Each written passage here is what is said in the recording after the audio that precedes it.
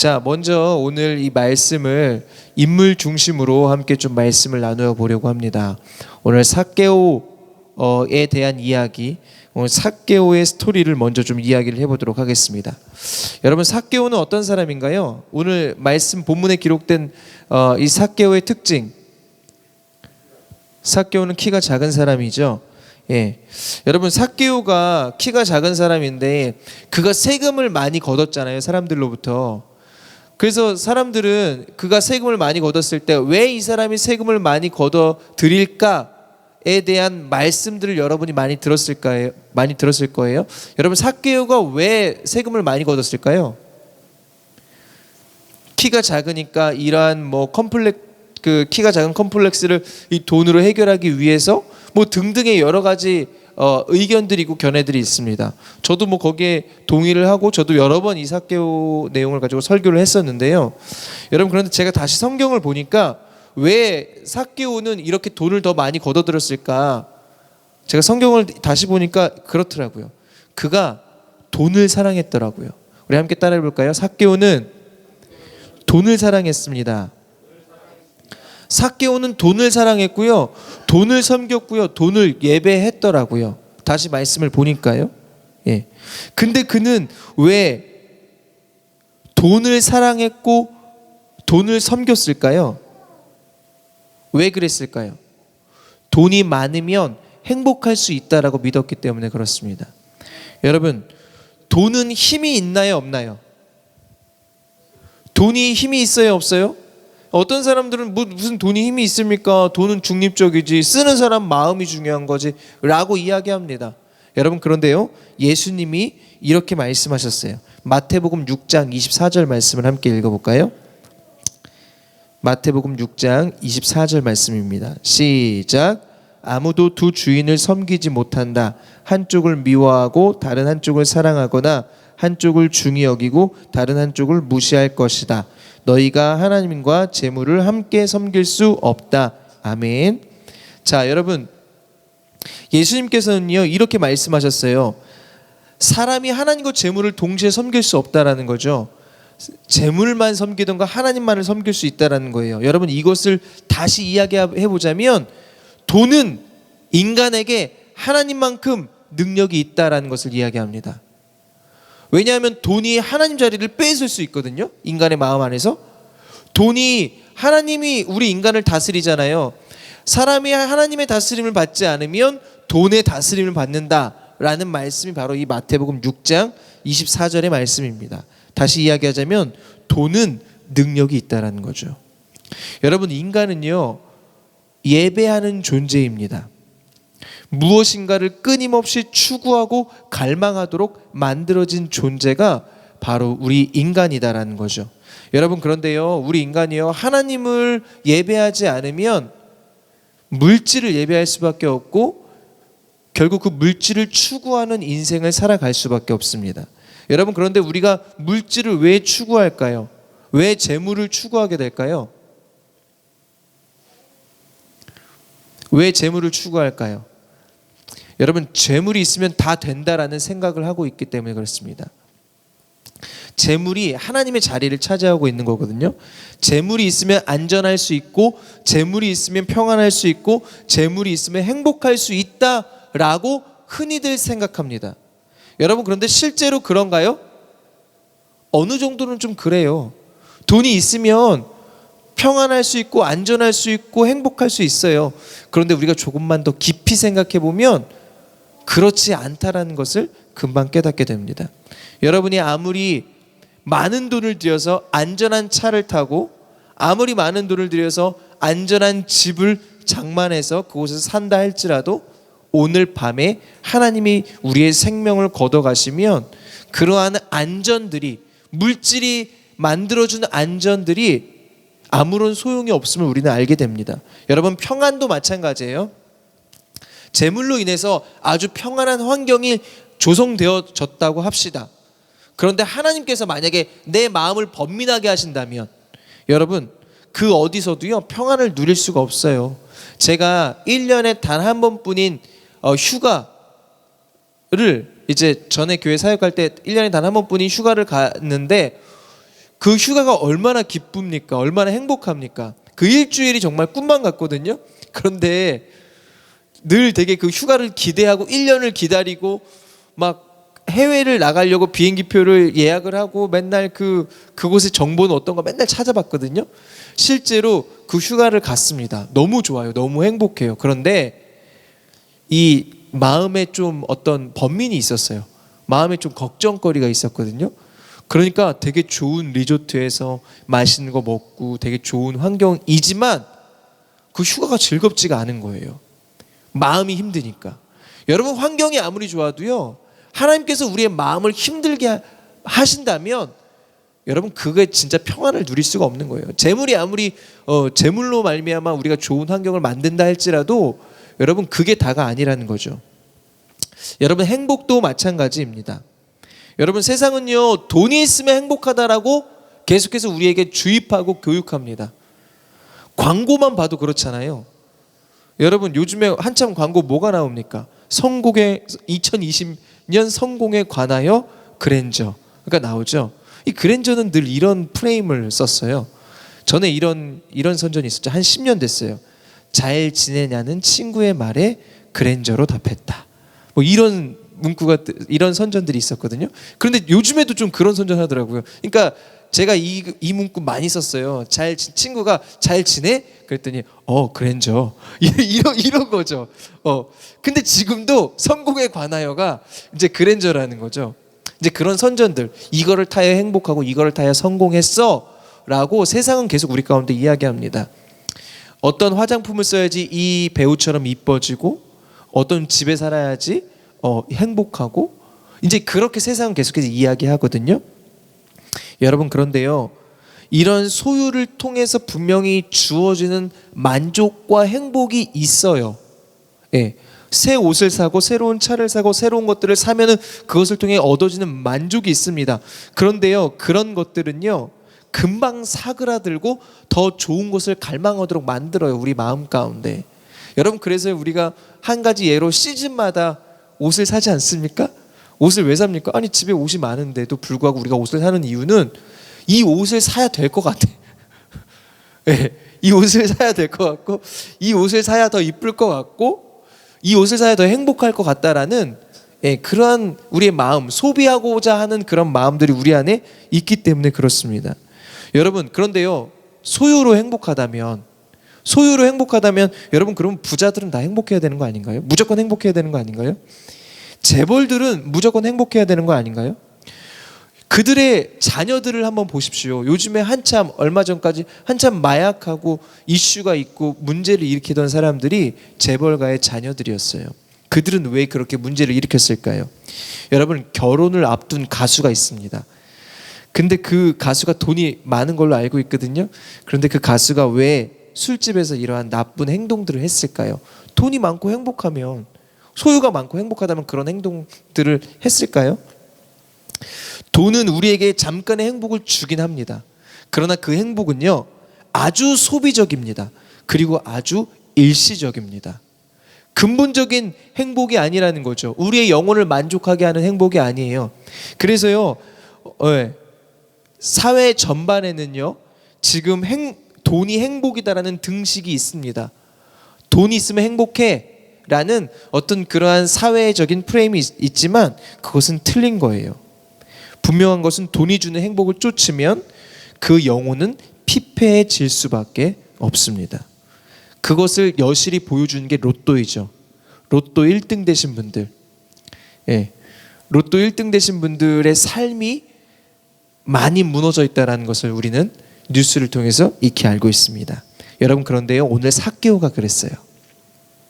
삭개오가 돈이 많았어요. 세리장 명예도 있었어요. 그런데요, 그가 행복하지 않았어요. 돈이 정말 많고 많은 물질을 가지고 있었고 많은 것을 누렸지만 행복하지 않았어요. 그 마음 가운데 여전히 뻥 뚫려 있는 그 무언가, 그 공허함이 있었어요. 그게 무엇이었을까? 삭개오는 알지 못했어요. 그런데 어느 날 예수님이 여리고 마을을 지나간다라는 소문을 듣게 됩니다. 그리고 그 마음 가운데 예수님을 봐야겠다. 예수님을 한번 봐야겠다라는 마음을 먹게 됩니다. 이제 예수님 이야기를 한번 해볼게요. 삭개오의 이야기는 여기까지고요. 예수님 이야기를 한번 해보도록 하겠습니다. 여러분, 예수님은요 지금 여리고로 들어가셨는데, 예수님은 사실 어디를 가시던 길이었냐면 예루살렘으로 가시던 길이었습니다. 예수님은 왜 예루살렘에 가시려고 했을까요? 지금 예수님은요 예루살렘에 죽으러 들어가시는 거예요. 십자가에 못 박히시기 위하여 예루살렘으로 가던 길에 여리고를 들렸습니다. 여러분, 그런데요 이 여리고는요 예루살렘을 가는 길목에 있는 도시가 아니고요, 일부러 돌아가야지만 있는 도시가 여리고였어요. 다시 이야기하자면 예수님이 여리고에 들어간 것은 우연이다, 우연이 아니다? 우연이 아니다라는 거죠. 일부러 누군가를 만나기 위하여 목적을 가지고 일부러 삥 돌아서 여리고를 가셨다라는 거죠. 그 목적이 무엇이었을까? 여러분, 예수님이 여리고에 갔을 때요, 아까 연극에서 보신 것처럼 많은 사람들이 몰려들었습니다. 예수님을 보기 위해서요.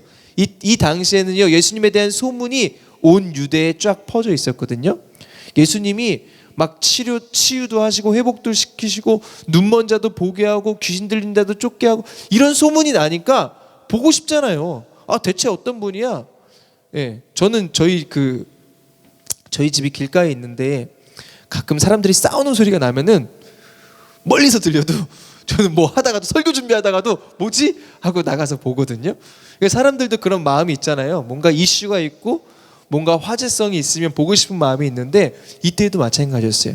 많은 사람들이 예수님을 보기 위해 몰려들었고요. 뭐 그들 중에는 여러 가지 마음을 먹은 사람들이 있겠죠. 아, 내가 정말 병자인데, 아픔이 있는데 이것들을 치유받고 싶다, 회복받고 싶다, 회복하고 싶다라는 마음으로 몰려든 사람들도 있을 거고요. 그냥 구경하러 온 사람들도 있었고, 정말 많은 사람들이 있었어요. 그런 사람들이 있다 보니까 삭개오가 키가 작았다라고 했잖아요. 볼 수가 없는 거예요. 그래서 그가 돌무화과 나무로 올라갑니다. 여러분, 그런데요 우리가 돌무화과 나무 하면은 그 번역으로 보면은 우리말 성경으로 보면 뽕나무인데 실제 나무예요. 사람이 나무에 올라가는 게 쉬울까요? 어려울까요? 원숭이도 아니고, 고양이도 아니고, 곰도 아니고, 나무에 올라가는 건 쉬운 일은 아니에요. 아마 낑낑거리면서 노력해서 올라갔을 거예요. 그리고 그렇게 그가 이제 뽕나무, 이 돌무화과 나무 위에 올라갔는데, 예수님이 지나가시다가 이 돌무화과 나무 위에 있는 그 어떤 한 사람에게 이야기를 하시는 거예요. 뭐라고 이야기하십니까? 우리 누가복음 19장 5절 말씀 함께 읽어보도록 하겠습니다. 누가복음 19장 5절 말씀 같이 읽을게요. 시작. 예수께서 그곳에 이르셨을 때 위를 올려다보며 삭개오에게 말씀하셨습니다. 삭개오야, 어서 내려오너라. 내가 오늘 내 집에서 묵어야겠다. 아멘. 저는 이 말씀을 보는데 궁금한 게 많이 있었어요. 예수님은 어떻게 단 한 번도 본 적이 없었던 이 사람의 이름을 알고 계셨을까? 또 그곳에 정말 많은 사람들이 있었잖아요. 정말 수많은 사람들이 있었는데 아무도 돌무화과 나무 위에 있는 삭개오에게는 관심이 없었거든요. 그런데 어떻게 예수님은 그 삭개오를 알아볼 수 있었을까? 얼마나 많이 시끄러웠겠습니까? 얼마나 소란스러웠겠습니까? 그런데 예수님은 그런 거와 상관없이 삭개오를 주목하셨죠. 그리고 이 성경에는 우리가 누가복음 19장 1절부터 10절까지의 내용에는 예수님이 삭개오랑 이렇게 이야기하신 부분만 나오지 다른 수많은 사람들과 무엇을 하셨다라는 내용은 1절 기록되어 있지 않습니다. 여러 가지 궁금한 부분들이 많이 있죠. 여러분, 그런데 그 이후에 전개되는 상황을 함께 좀 볼게요. 예수님께서 삭개오에게 내가 너의 집에 묵겠다라고 말씀하셨을 때 삭개오는 예수님의 말씀을 듣고 어떻게 했습니까? 기뻐하면서 이제 얼른 뛰어 내려왔습니다. 그리고 예수님을 맞이했죠. 그런데 이러한 상황을 보고 사람들의 반응이 이런 반응이었어요. 우리 19장 7절 말씀 함께 읽어보도록 하겠습니다. 시작. 그런데 사람들은 이 광경을 보고 모두 수군거렸습니다. 그가 죄인의 집에 묵으려고 들어갔다. 아멘. 여러분, 사람들은 왜 수군거렸습니까? 왜 수군거렸습니까? 수군거린 이유가 뭔가요? 예수님이 어떤 분인지를 몰랐기 때문에, 그분이 여리고에 왜 들어오셨는지를 몰랐기 때문에 수군거렸습니다. 여러분, 그곳에 모인 수군거린 사람들의 관심은요, 기적을 행하시는 예수님이었어요. 그냥 능력이 많으신 분, 가십거리, 구경거리, 그냥 눈요기에 관심 있는 사람들이었어요. 수군거리는 사람들은. 지금으로 치면요, 교회에 종교 행위하러 다니는 사람들, 예배에 참여하고 스스로 만족하는 사람들, 실제로 예배를 받으시는 하나님에게는 관심이 없는 사람들, 바로 그런 사람들이 바로 이 시대에 예수님이 삭개오의 집에 들어갔을 때 수군거렸던 사람들의 모습이죠. 하나님이 정말 무엇을 원하시고 기뻐하시는지에 대한 관심은 하나도 없어요. 그냥 나의 만족을 위해서 예수님께 나아온 거예요. 여러분, 그런데요, 우리가 여기서 이걸 알아야 돼요. 예수님이 어떤 분인지를 알아야 돼요. 예수님이 어떤 분인지를 안다면 그 사람들이 수군거리지 않았을 거예요. 예수님이 어떤 분인지는 예수님은 공생의 기간 동안 말씀과 행동으로 다 보여주셨어요. 마가복음 2장 17절 말씀 함께 읽어볼게요. 마가복음 2장 17절 말씀 함께 읽겠습니다. 시작. 예수께서 들으시고 그들에게 이르시되 건강한 자에게는 의사가 쓸데없고 병든 자에게라야 쓸데있느니라. 나는 의인을 부르러 온 것이 아니요 죄인을 부르러 왔노라 하시리라. 아멘.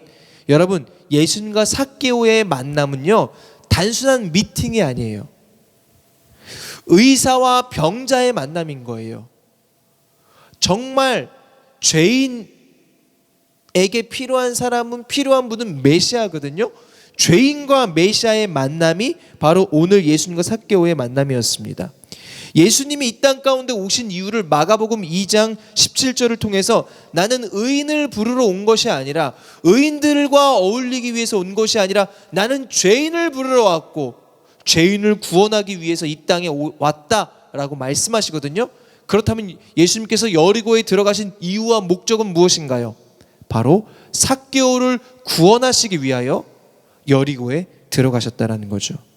그리고 그렇게 예수님과 삭개오의 만남이 이루어집니다. 지금까지는 이제 삭개오의 이야기 그리고 예수님의 이야기를 봤다면, 이제 예수님과 삭개오가 함께하는 그 이야기를 함께 나눠보도록 하겠습니다.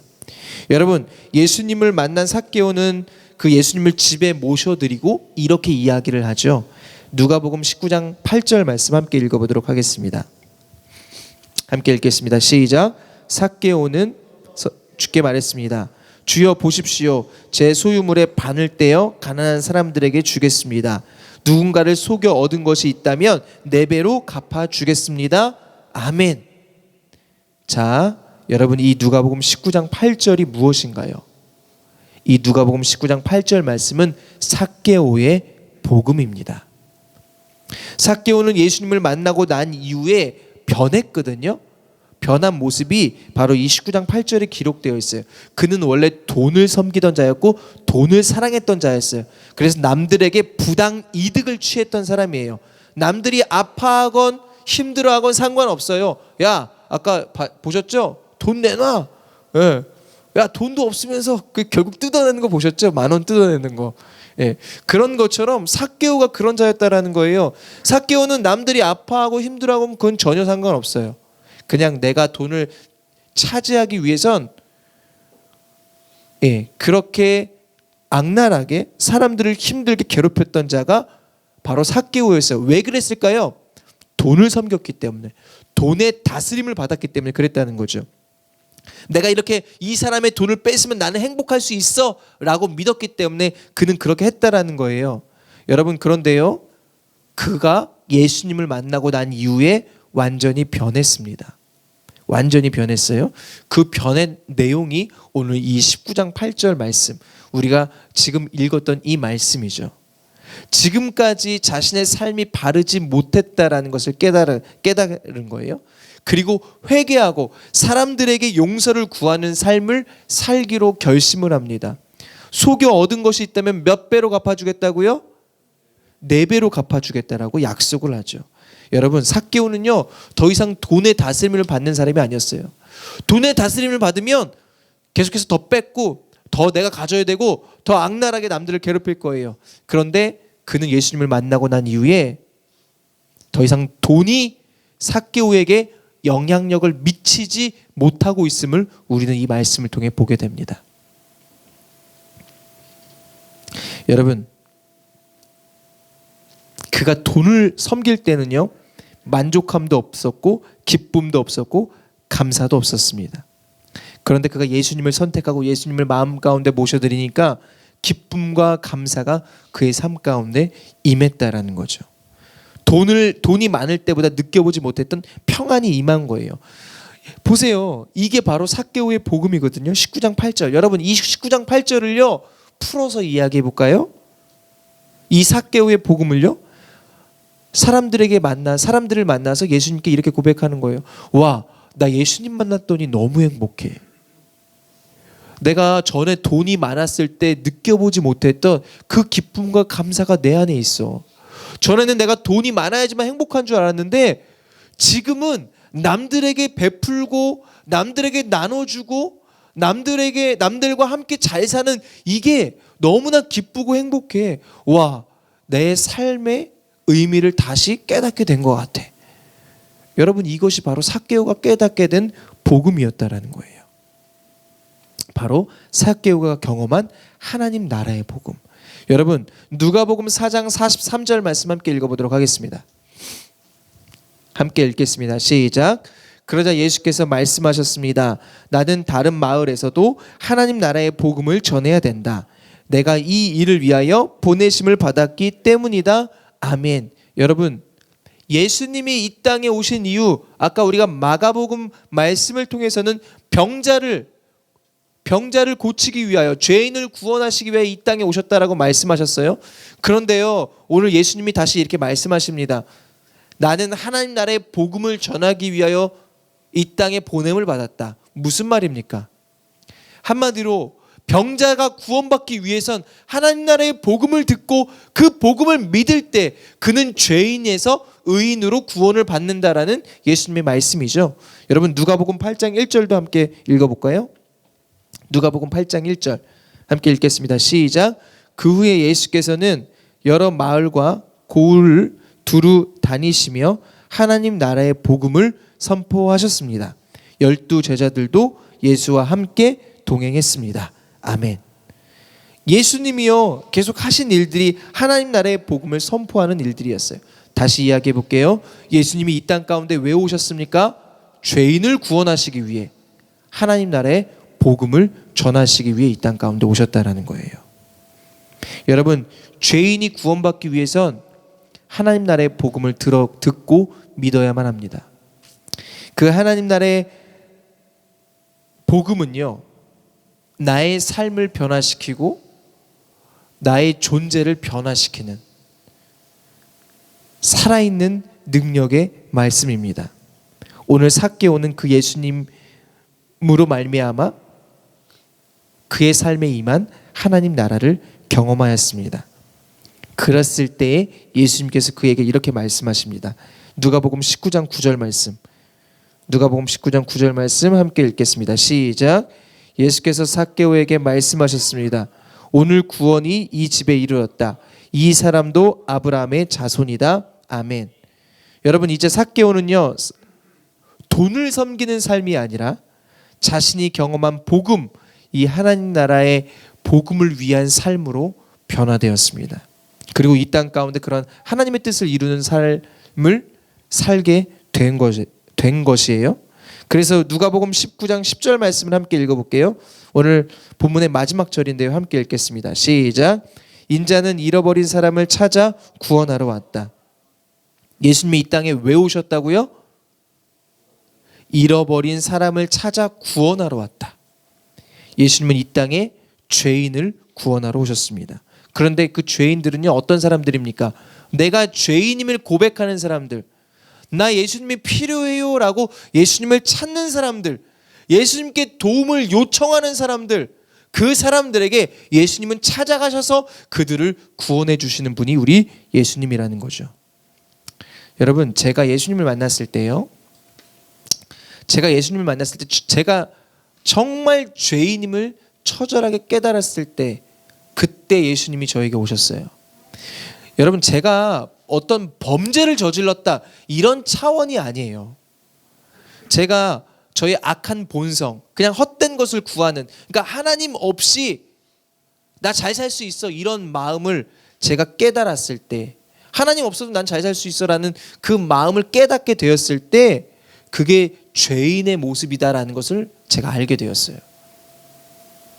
그것을 깨닫게 되었을 때 제가 이제 나는 정말 죄인이기 때문에 주님이 필요하구나 라는 것들을 절실히 깨닫게 되었죠.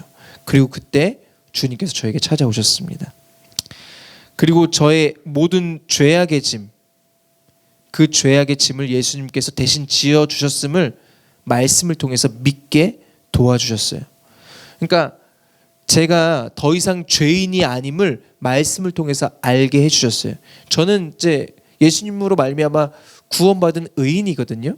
그런데 그러면 여러분 이렇게 이야기할 수 있죠. 아니, 의인인데 왜 죄를 져? 라고 이야기할 수 있잖아요. 여러분, 맞아요. 제가 예수님을 만나고 난 이후에 저는 의인이 되었다라고 믿는 사람이거든요. 그래서 그렇게 믿고 난 이후에 저의 삶의 모든 패턴이 다 바뀌었어요. 모든 모습과 태도가 바뀌었거든요. 근데 이렇게 바뀐 모습들을 보고 사람들이 물어봐요. 너 무슨 일이 있었냐? 너 왜 그러냐? 그랬을 때 저는 이야기하거든요. 나 예수님을 만났어. 나 예수님을 경험했어 라고 이야기하거든요. 물론 제가 연약하기 때문에 죄는 지어요. 근데 예전과 다른 모습은 뭔지 아세요? 지금은 연약해서 죄는 지을지언정 그 죄를 즐기지 않아요. 죄를 짓는 것을 두려워해요. 전에는요, 죄를 즐겼어요. 죄를 기뻐했어요. 죄를 추구했어요. 그런데 지금은요, 그렇지 않아요. 그래서요, 죄를 두려워하고 죄 짓는 것을 무서워해서요, 힘들어도요, 하나님 말씀대로 살아야겠다라고 노력을 하는 거예요. 여러분, 하나님 말씀대로 사는 거 쉽지 않습니다. 거룩한 삶을 사는 게 쉽지 않습니다. 그런데 그 거룩한 삶을 향해 나아가는 거예요. 왜냐하면 그렇게 사는 것이 제 마음이 더 편하거든요. 왜냐하면 저는 의인이니까. 예수님이 저를 그렇게 의인이라고 말씀해 주셨으니까. 저의 존재가 의인의 존재가 되었기 때문에 그런 거죠. 여러분, 예수님은 오늘도 이 예배 가운데도 이 시간에도 삭개오와 함께 이러한 스토리를 써 내려가셨던 것처럼 저와 여러분과도 함께 그러한 예수님과 함께하는 스토리를 쓰시기를 원하십니다. 여러분, 세상에 끌려다니는 자가 아니라 예수님을 만나고 이 땅 가운데 참된 자유를 누리는 그러한 저와 여러분들이 되시기를 소망합니다. 여러분, 예수님은요, 지금도 살아계세요. 아멘. 여전히 우리들을 변화시키시기를 원하시고 변화시키시는 분이 우리 예수님이세요. 그분은요, 지금 저와 여러분을 부르고 계세요. 삭개오야 라고 부르셨던 그 주님이요, 저와 여러분을 부르고 계신다라고요. 그리고 그 예수님이 저와 여러분을 찾고 계신다고요. 중요한 것은 이제 그 예수님의 그 부르심에 우리가 어떻게 반응하느냐. 여러분, 그 예수님의 부르심 가운데 순종으로 반응하여서 예수님을 만나고 예수님으로 변화된 인생을 저와 여러분들이 함께 사시게 되시기를 축복합니다. 주님은요, 주님을 필요로 하는 자들에게 반드시 찾아가십니다. 그리고 그의 이름을 불러주십니다. 삭개오야, 오늘 내가 너의 집에 머물다 가겠다. 주님과의 역사적 만남이 우리 사랑하는 모든 성도님들의 삶 가운데 경험되어지시기를 예수 그리스도의 이름으로 간절히 축복합니다. 아멘.